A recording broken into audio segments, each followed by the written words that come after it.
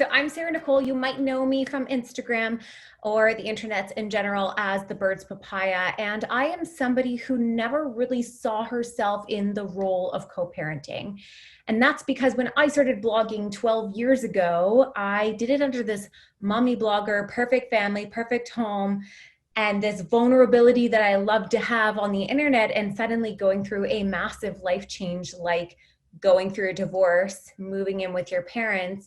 And suddenly there was this whole corner of my universe that I couldn't really talk about and I couldn't really share, because with having kids, it no longer was just about me. And it's not even just about the kids. It was about all the layers beyond me and beyond them. And that's the layers of pain and the ripple effects of relationships ending.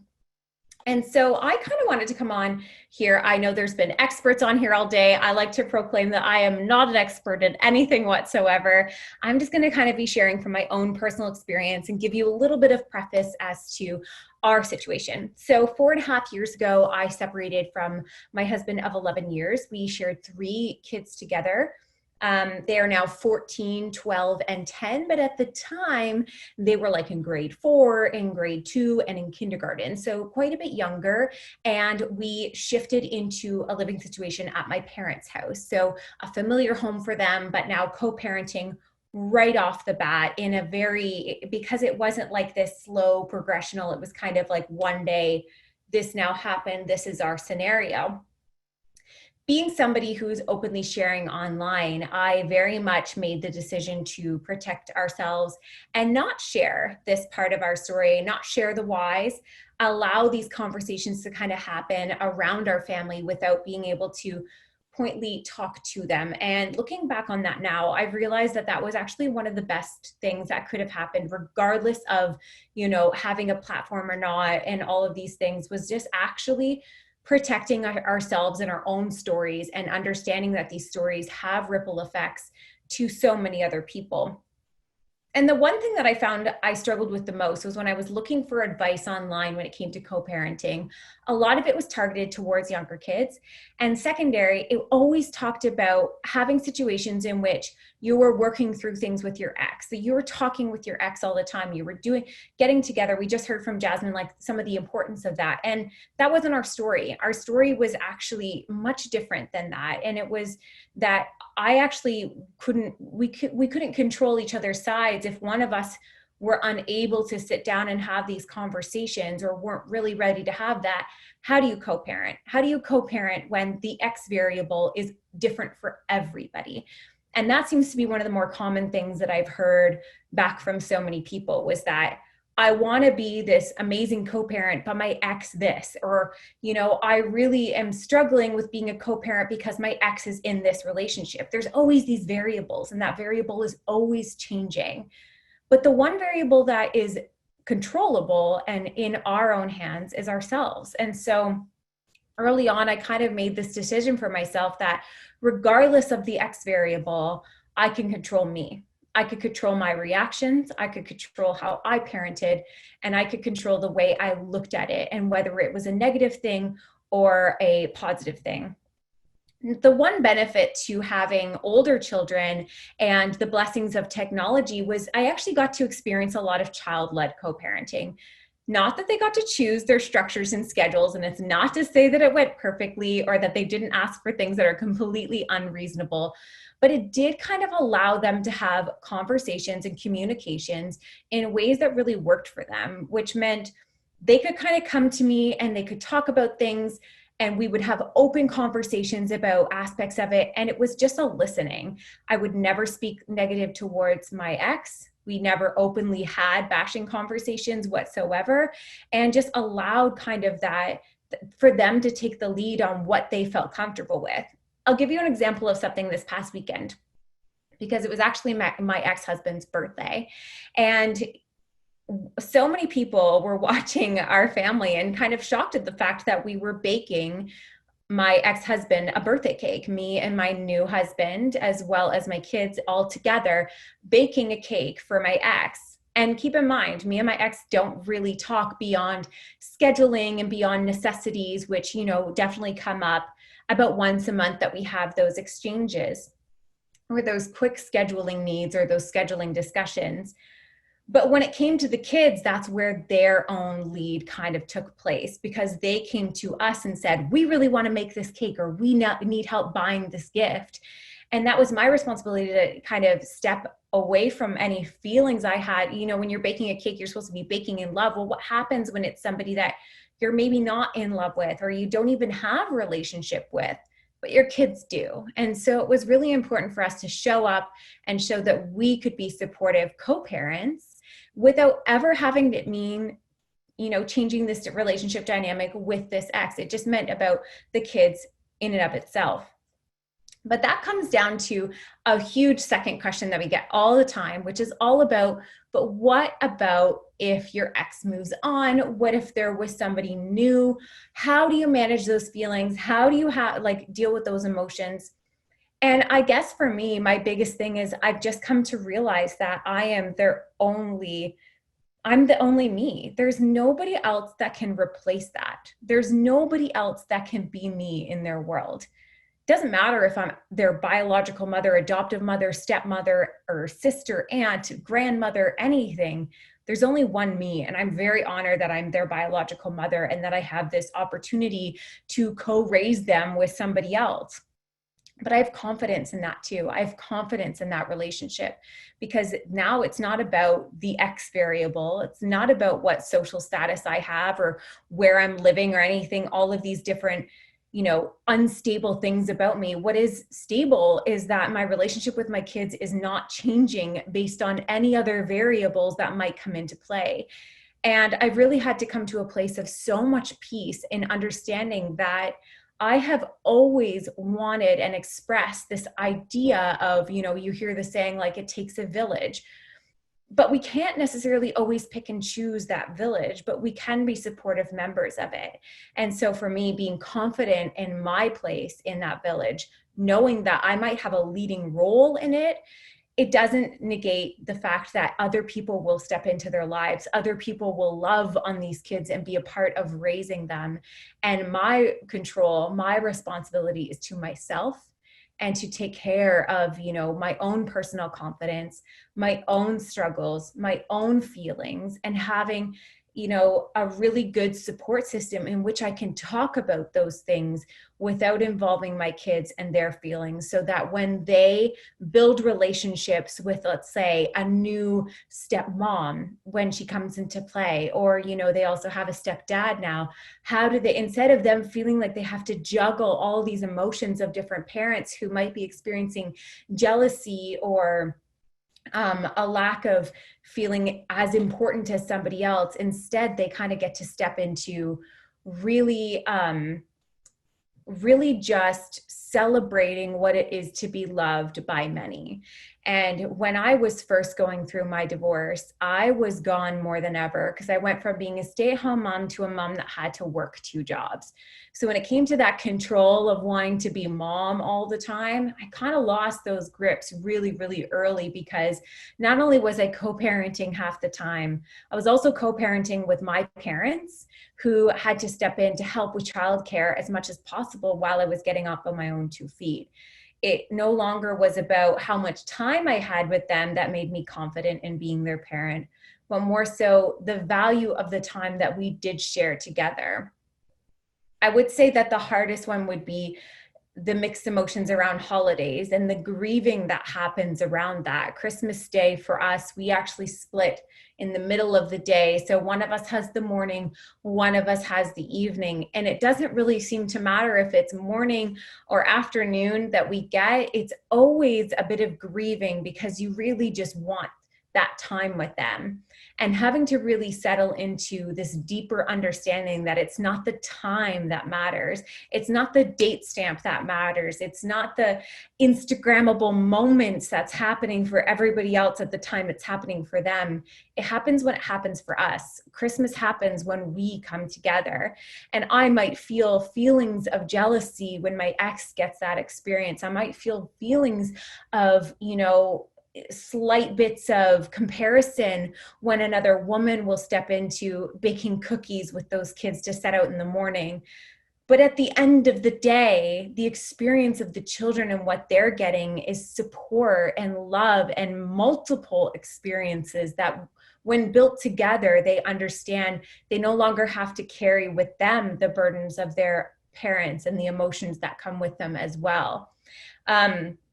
Which is why I think it's so, so important to have your own personal support system, because I think it's actually impossible to go through things like being sad on Christmas morning when your kids aren't there opening presents and you're seeing everybody else do that without having people to talk to. I think without having somebody to talk to yourself, it can be a really, really lonely and long journey, in which you might start to feel yourself slip. And so when your kids come home and they share all these stories and experiences of things they had happen at their other home, that jealousy can kind of rear its ugly head and things can slip out of your mouth that you might not get to take back. And that might actually change the demeanor of your kids and the trust that they can continue to share those things with you in terms of that child-led co-parenting, which is kind of allowing that door to be open for them to share what it is that they want to share and ask those things without fear of making you upset. So that was a really big one for me.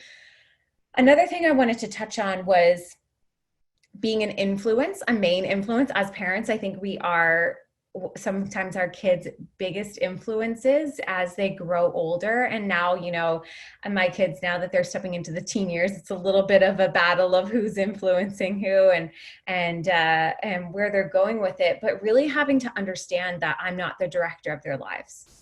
And so that even within the X variable, even within the understanding that they now have two sets of opinions, two sets of parents, all these different people that might come into play in the story of their lives, that we cannot create the roadmap for them. We might be able to stand on the sidelines and help them guide through maps. We might be able to warn them of different things ahead. We might be able to show them different, ways to navigate or share with them how we've navigated. But at the end of the day, you can't actually take over and drive it for them. You can't direct them fully. So it's more about being that influence so that even as the variables of their own life change, that they're able to adapt and start making their own critical decisions with multiple opinions, with different parents that now no longer are in this same relationship situation.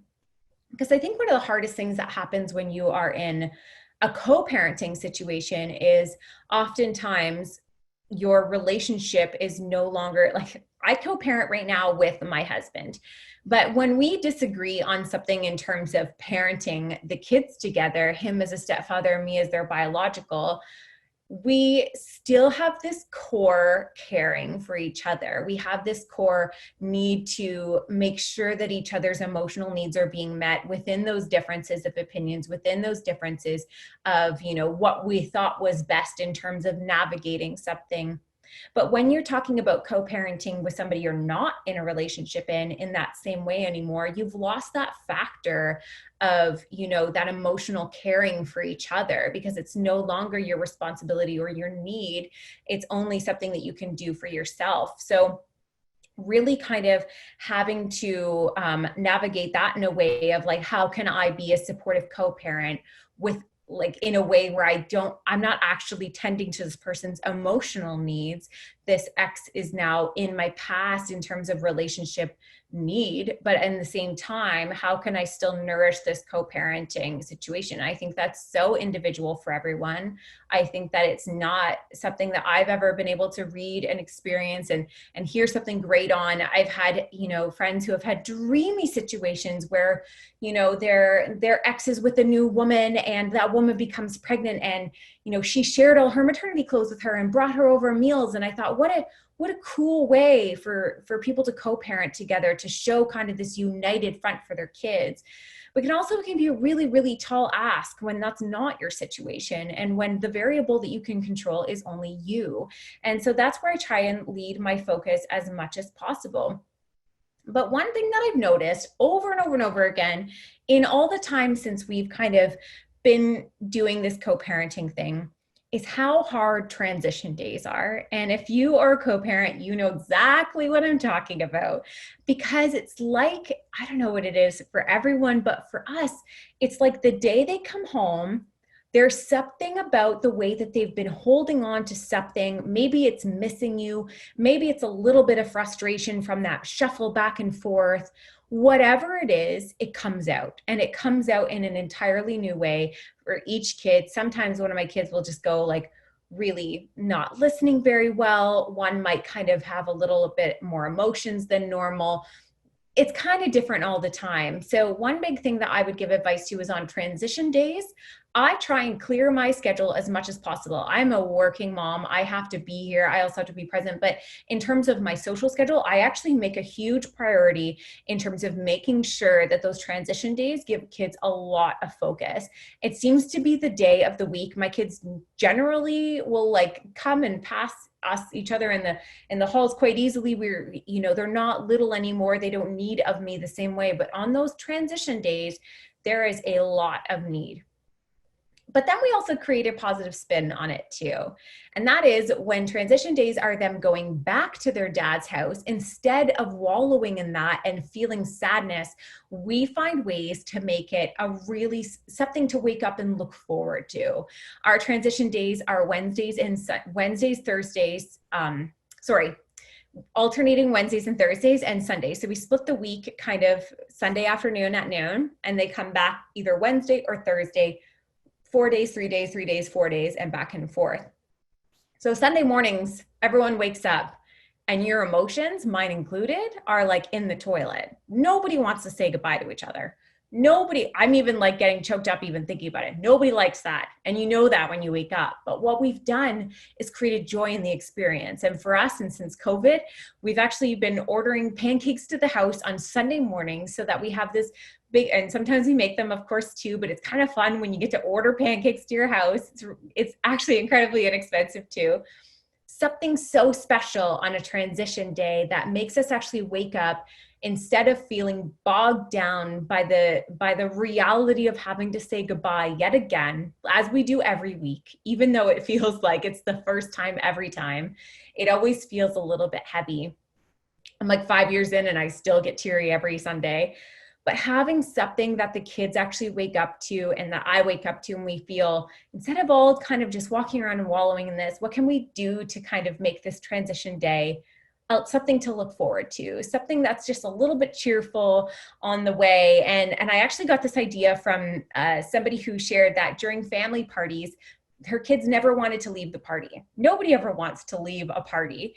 And so what they ended up doing when they needed the kids to leave the party was that all the relatives that were staying, let's say you're at your grandparents' house, they lined up at the front door with their hands out, and the kids had the choice to, or the kids as they were leaving, run out the door and give everyone a high five as they were leaving. So it no longer was a, we gotta go, it's time to say goodbye, feelings of sadness. It's, oh my gosh, we get to do this, the hand slap thing.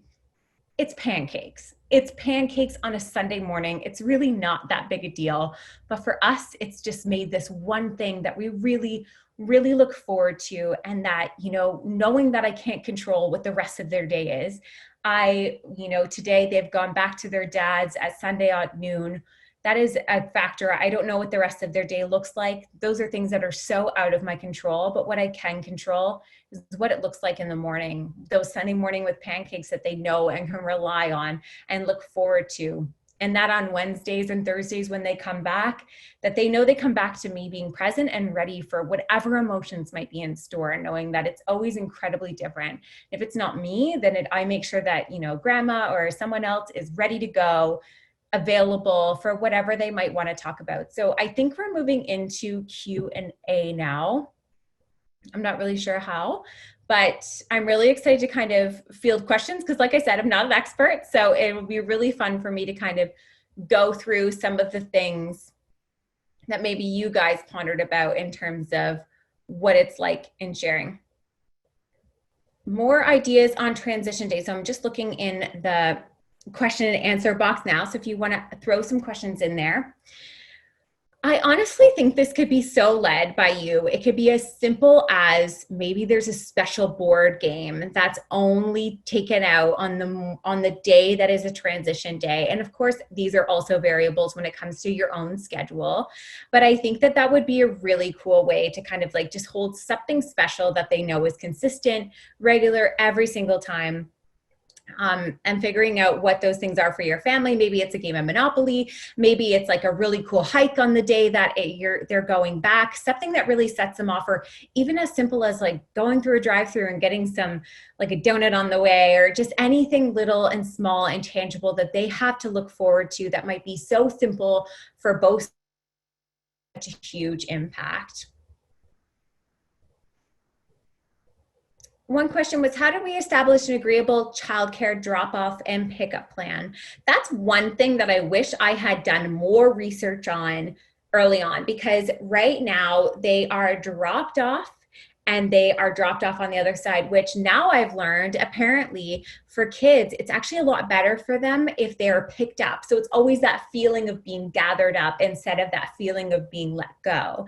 And so that's one thing that I don't think that we do very, very well, but that is our reality. That is the schedule system in which works for us. But I do feel like it would have been so much nicer if it was always that they were being picked up. So then it was just an instant, that feeling of being gathered instead of that feeling of being let go.